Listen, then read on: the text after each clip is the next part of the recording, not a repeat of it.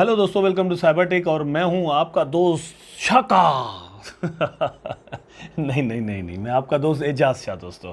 ठीक है, और मैं लेकर आता हूं आपके लिए daily news updates, reviews and अपना और दूसरों का opinion about cryptocurrency prices, market and charts. यहाँ पर हम इस वीडियो में दोस्तों शिबा इनू को हर रोज़ ज़रूर एनालाइज करते हैं कि आने वाले दिनों में शिबा के साथ क्या हो सकता है और क्या कुछ मतलब क्रिप्टो स्पेस में इवन हो रहा है। शिबा का जो मार्केट रैंकिंग है दोस्तों वो 1 नंबर डाउन मतलब आया है, इवन दो के टेरा लूना जो है वो यहाँ से निकला है। तो अगर वो होता और यूएसटी होता तो शायद ये 16 से 18, 17, 18 नंबर पर जा चुका होता। तो मार्केट कैप इस तरह से यहाँ पर कम ज़रूर हुआ है। 0.000011 पर इस वक्त जो है वो प्राइस चल रहा है। वर्स्ट पोजीशन है शिबा की इस वक्त। आने वाले टाइम में जो है वो यहाँ पर कुछ डिसीजन हम मतलब देखने को हमें मिल सकते हैं जहाँ से प्राइस के स्टेबल होने के चांस हमें नजर आए। ओवरऑल क्रिप्टो मार्केट को अगर देखें तो बिटकॉइन का प्राइस आप देखेंगे वापसी कर रहा है और प्राइस जो है वो $29,000 तक अगेन आ चुका है। इथेरियम का प्राइस भी अगर देखें तो $1,900 पर है। एक्चुअली एक चीज़ दोस्तों मैं आपसे जो है वो यहाँ पर डिस्कस करना चाहता हूँ, वो ये है कि दुनिया के जो हालात इस वक्त हैं, ठीक है, दुनिया के जो हालात हैं उनको जहन में रखिएगा। बहुत सारे दोस्तों के ऐसे कमेंट्स आए हैं, मेरा काम है कि आप जो कमेंट करते हैं मुझे, तो मैं वही चीज़ें लेकर आपको ज़रूर यहाँ पर समझाऊँ। आप यू आर माई कम्युनिटी और मैं आपके लिए ही वीडियोस बनाता हूँ, जाहिर सी बात है। तो बहुत सारे दोस्तों ने सवाल पूछा है कि क्या हम इस वक्त क्रिप्टो के अंदर फर्स्ट ऑफ ऑल इन्वेस्टमेंट कर सकते हैं या नहीं करनी चाहिए, ठीक है, और करें तो कितनी करें, ये भी सवाल आते हैं। दूसरा सवाल आता है कि स्पेशली मतलब डिफरेंट कॉइन्स के बारे में पूछते हैं लेकिन शिबा के बारे में ज़्यादा, कि शिबा में क्या इस वक्त इन्वेस्टमेंट की जा सकती है या नहीं। तो ये चीज़ यहाँ पर डिस्कस करेंगे। उसके अलावा दोस्तों बहुत ही इंपॉर्टेंट और बहुत ही मतलब एक अच्छी बात है, वो मैं सबसे पहले आपको बता देता हूँ। यहाँ पर देखें कि ओनली मतलब एक ट्रांजेक्शन में 10 बिलियन टोकन जो है वो शिबा इनू के बर्न किए गए यहाँ पर, और ये 9:56 AM की बात है, 18 मई 2022 शिप बर्न। तो मेरी नज़र में ये एक बहुत बड़ी क्वांटिटी है 24 आवर के अंदर। यहाँ पर अगर देखें तो 757% जो है इंक्रीज़ आपको यहाँ पर नज़र आता है। ये देख लें फिगर टोटल जो है वो, वहाँ पर तो ठीक है आपको 10 बिलियन जो है वो नज़र आई, लेकिन यहाँ पर टोटल कितनी है तकरीबन पिछले 24 आवर में दोस्तों 12 बिलियन, सिर्फ एक दिन के अंदर 12 बिलियन, तकरीबन 13 बिलियन के करीब है टोकन इतने जो है वो बर्न हो गए हैं, कर दिए गए हैं। अब ये किसने किए हैं, कैसे किए हैं, ये मतलब आने वाले दिनों में पता चल जाएगा हमें कि इतनी बड़ी बर्निंग जो है वो किस बंदे ने कर दी। यहाँ पर ये जो सप्लाई आप देख रहे हैं, टोटल सप्लाई आपको यहाँ पर नज़र आ रही है, सर्कुलेटिंग सप्लाई देखें बहुत ज़्यादा है, ठीक है, बहुत ज़्यादा है। इसलिए ये कॉइन मार्केट कैप से भी ज़्यादा यहाँ पर शो होती है। तो यही रियल है, कॉइन मार्केट कैप इसको हर रोज़ अपडेट नहीं करता, लेकिन यहाँ पर ये हर रोज़ अपडेट होती है, इसलिए यहाँ पर आपको ज़्यादा नज़र आती है। और अब हर रोज़ अपडेट होकर होने से बढ़ती कैसे है दोस्तों, ये जो स्टेक्ड टोकन है जो कि शिबा स्वैप पर लगे हुए हैं, वहाँ से जब निकलते हैं तो ये सर्कुलेटिंग सप्लाई में आ जाते हैं, ठीक, ये जहन में रखिएगा। एक आइडिया ये है कि Shiba Inu suggest in approaching move on price near historic support details. तो डिटेल्स में यहाँ पर देख लेते हैं क्या है actually. As seen on daily chart Shiba Inu remains in support around 0.00001117 to 0.00001119 level. ये एक सपोर्ट लेवल है। जब इसका प्राइस गिर रहा था तो इससे पहले जो सपोर्ट था स्ट्रॉन्ग डेली चार्ट में वो था 17 पर, लेकिन वहाँ से नीचे आया तो हमें पता था कि ये 11 या फिर 12 तक जो है वो इसका सपोर्ट लेवल है, वहाँ पर ये आ चुका है। और RSI भी मतलब कुछ इस तरह से सजेस्ट कर रहा है। While the price seems ready for incoming price movement, the daily RSI is tilting slightly upward above the oversold levels, ठीक। तो यहाँ पर ओवरसेल भी हो चुकी है और ये मतलब एक कह रहा है कि भाई प्राइस के जो ऊपर जाने के चांस हैं, ऊपर जाने के तो बिल्कुल चांस हैं, लेकिन अगर दोस्तों मार्केट अगेन एक नया डिप ले लेती है तो ये पॉसिबल नहीं होगा, मुश्किल हो जाएगा इसके लिए ये जो एक नया पंप मारना। उसके अलावा यहाँ पर देखिए more than a third of AMC online payments are crypto और डिजिटल CO। AMC आपको पता है कि क्या है दोस्तों, इसकी जो हाइप है वो तो ऑलरेडी है कि ये एक बहुत बड़ा थिएटर है ऑनलाइन, लेकिन शिबा को जब इसने एक्सेप्ट किया तो यहाँ पर इसकी हाइप और भी बढ़ गई। अब इन्होंने एक यहाँ पर अपनी स्टेटमेंट दी है, वो ये कह रहे हैं more than a third of AMC online payments are crypto digital. तो ये मेरी नज़र में क्रिप्टो के लिए एक बहुत ही गुड न्यूज़ है, और सिर्फ क्रिप्टो के लिए नहीं लेकिन डॉज कॉइन और शिबा इनू के लिए भी, कि इस तरह से एक्सेप्टेंस जो है एज अ पेमेंट मेथड जो है वो क्रिप्टो करेंसी देखिए किस तरह दुनिया में पॉपुलर भी हो रही है, और लोग मतलब डेली की चीज़ों में इसको यूज़ कर रहे हैं। मैं इसका ये पूरा आर्टिकल पढ़ के आपका टाइम नहीं ज़ाया करना चाहता, मैंने कर दिया है। यहाँ सिर्फ आपको ये एडम एरोन का ये ट्वीट दिखाता हूँ। AMC announced first quarter 2022 earning today, revenue up 5 folds versus Q1 of 2021, EBITDA loss reduced by 80%। तो यहाँ पर लॉस जो है वो रिड्यूस हुआ है 80%। रेवेन्यूज पर pattern up 30% over 2019 pre pandemic. तो यहाँ पर दोस्तों एक्चुअली हुआ ये था कि ये जो AMC है ये बैठ गया था। इसके बारे में बहुत सारे लोगों ने ये भी कहा था कि भाई ये तो ऑलमोस्ट बंद ही होने वाला है, लेकिन जैसे ही इन्होंने क्रिप्टो को अडॉप्ट किया है तो इनके जो लॉसेज हैं वो भी कवर होने लगे, और इन्होंने ये यहाँ पर न्यूज़ दी है कि भाई हम कवर करने लगे हैं, और जो क्रिप्टो करेंसीज है वो उसको लोग ज़्यादा यूज़ कर रहे हैं। अब आते हैं दोस्तों कि आपको करना क्या चाहिए, शिबा के अंदर क्या आपको इन्वेस्टमेंट करनी चाहिए, अगर करके बैठे हुए हैं तो आपको क्या करना चाहिए, ये 4 चीज़ें एक्चुअली यहाँ पर मैंने आपके साथ शेयर करनी है। पिछले दिनों आपने देखा कि लूना के साथ क्या हुआ है, और ये मतलब पॉसिबली आगे आने वाले दिनों में कुछ और कॉइन्स के साथ भी इस तरह से हो सकता है। अगर हम मतलब कहीं से भी थोड़ा भी किसी ने तो स्पेस दिया चीज़ों को चेंज होने के लिए, तो दोस्तों इस तरह के क्रैशेस और भी हमें नज़र आ सकते हैं।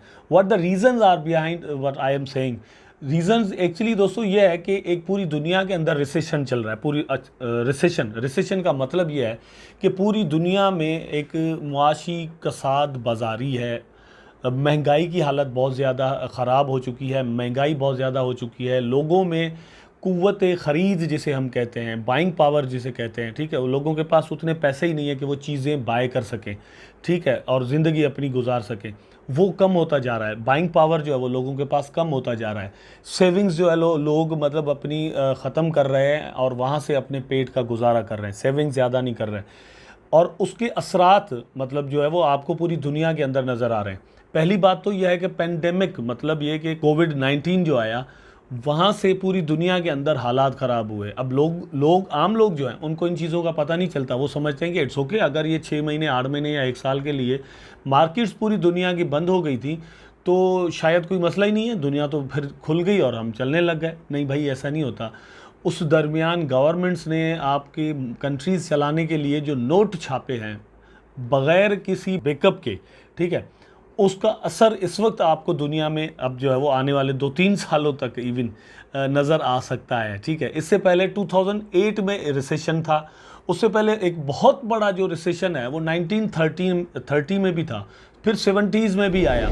तो वो मतलब कुछ वक्त के लिए चलता है जब तक चीज़ें कवर हो। अब इसको कवर करने के लिए डिफरेंट चीज़ें जो है वो गवर्नमेंट्स अपनाती हैं। अब ये लोन देना शुरू करेंगे, बैंक्स को कहेंगे कि भाई आप लोन दो, ये करो, फिर लोगों का परचेजिंग पावर जो है वो बढ़ जाएगा और फिर आहिस्ता आहिस्ता जो है वो मईशत चलना शुरू हो जाएगी। ये एक वे होता है इनके पास। I know how the capitalist work. तो ये जो हालात इतने बुरे हो गए हैं उसके असरात हमें दुनिया में नज़र आ रहे हैं। हमेशा कार्ल मार्क्स कहते थे कि ये जो वार होती है, जंग जो होती है, ये कैपिटलिज्म की सरमायादाराना निज़ाम की इनका इंजन होता है। मतलब ये वार के ज़रिए दुनिया को चलाते हैं। दुनिया में जब हालात ख़राब हो जाते हैं तो ये डिस्ट्रक्शन करते हैं, ठीक है, तबाहियाँ करते हैं तो उसके बदले में मतलब इनके हथियार जो हैं वो बिकते हैं, ठीक है, और हथियार से इकॉनमी को वो चलाना शुरू करते हैं। फिर उन्हीं हथियारों से दुनिया में जो कुछ गिरा और तबाह हुआ होता है उसको बनाने के लिए, वही पुलें, वही बिल्डिंग्स बनाने के लिए इन्हीं अमीरों की फैक्ट्रियों से फिर माल निकलता है और फिर दुनिया का जो बिज़नेस है इस तरह से ये चलाने की एक कोशिश करते हैं, ठीक है, नंबर 1।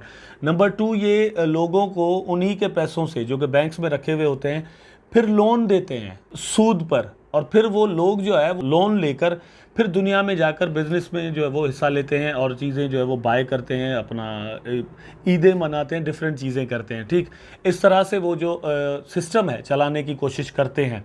और उसकी एक शुरुआत जो है मुझे होती हुई रशिया यूक्रेन वार में नज़र आती है कि अब एक डिस्ट्रक्शन का सिस्टम शुरू हुआ है, अब सैंक्शंस लगा दिए हैं, ये वो, अब यहाँ से कुछ भी हो सकता है, ठीक है। एक बड़ी जंग जो है वो भी छिड़ सकती है, जो हमने अपनी लाइफ में सीरिया, इराक और अफ़गानिस्तान के अंदर देखी है। बिल्कुल इसी तरह का कोई मॉडल जो है वो नया दुनिया के सामने दोस्तों आ सकता है, ठीक है, और वहाँ से फिर हालात ख़राब हो सकते हैं। इस वक्त अगर आप श्रीलंका की हालत देखें कि श्रीलंका में क्या हो रहा है, लोग वहाँ पर मिनिस्टर्स के घरों को जला रहे हैं और लोग रोडों पर हैं और वहाँ पर प्रोटेस्ट जो है वो कर रहे हैं, गाड़ियाँ और अमलाक जला रहे हैं, ठीक। ईरान के अंदर वही चीज़ जो है वो शुरू हो चुकी है, वहाँ पर भी रियॉट्स चल गए हैं। अब एक अनार्की की जो कंडीशन है वो आहिस्ता आहिस्ता से पैदा हो रही है दुनिया के अंदर, ठीक। उसके बाद जो है वो मेरा ख्याल है कि जर्मनी या इटली में भी इसी तरह के सीन कुछ क्रिएट होना शुरू हो चुके हैं। ये सारी जो बातें हैं जो मैं आपको बता रहा हूँ कि 3 कंट्रीज़ जो हैं, 2 का ताल्लुक़ यहाँ पर एशिया के साथ है, ठीक है, मिडिल ईस्ट हो गया या ईस्ट हो यहाँ पर। उसके बाद फिर यूरोप से भी ये चीज़ है, यूरोप में रशिया यूक्रेन ऑलरेडी जो है वो आपस में लड़े हुए हैं।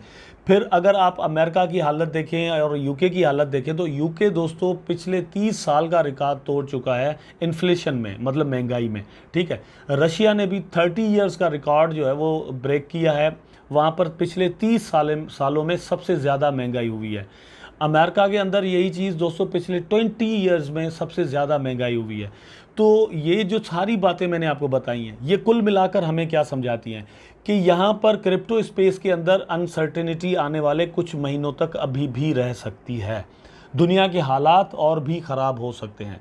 ये जो कुछ मैं आपको कह रहा हूँ दोस्तों, ये फंडामेंटल्स हैं और ये फंडामेंटल्स हैं जियोपॉलिटिकल, ठीक है। किसी भी कॉइन के फंडामेंटल्स अलग चीज़ होती है, लेकिन ये जियोपॉलिटिकल जो कंडीशन है वो ओवरऑल क्रिप्टो मार्केट पर असरअंदाज हो सकती है।